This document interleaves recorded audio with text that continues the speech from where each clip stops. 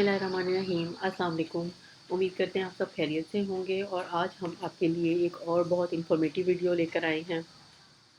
और हम आपको वीडियो का टाइटल भी बताएंगे, वीडियो में पूछा जाने वाला सवाल भी बताएंगे और उसका जवाब भी बताएंगे। लेकिन हमेशा की तरह एक बात जो हम आपको कहते हैं कि अगर अभी तक आपने हमारा चैनल सब्सक्राइब नहीं किया तो हमारा चैनल ज़रूर सब्सक्राइब कर लें, ताकि आपको तमाम वीडियोज़ जो हैं वो मिलती रहें। और ये वीडियोज़, ये इन्फॉर्मेशन जो है ज़्यादा से ज़्यादा दूसरों तक शेयर किया करें, क्योंकि हमारी ये कोशिश होती है कि बहुत सारे ऐसे सवाल होते हैं, ऐसी कोई पॉइंट्स होते हैं जो हमें शरीयत की रूह से या इस्लामी नुक्ता नज़र से हमें मालूम नहीं होते।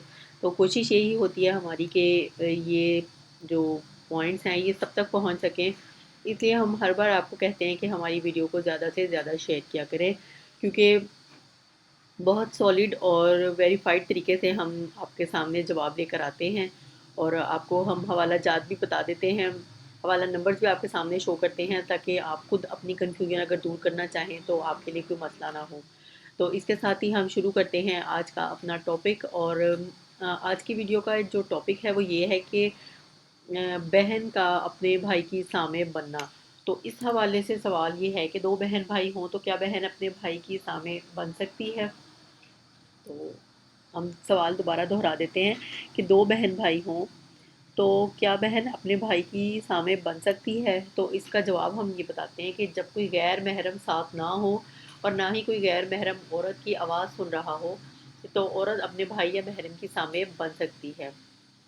जवाब दोबारा दोहराते हैं कि जब कोई गैर महरम साथ ना हो और ना ही कोई गैर महरम औरत की आवाज़ सुन रहा हो, तो औरत अपने भाई या महरम की सामे बन सकती है। तो हम उम्मीद करते हैं कि आपको सवाल का जवाब मिल गया है। और हमने आपको स्क्रीन पे एक हवाला नंबर भी बताया है कि आप अपनी मज़ीद कोई कन्फ्यूजन दूर करना चाहती हैं तो आप कर सकते हैं।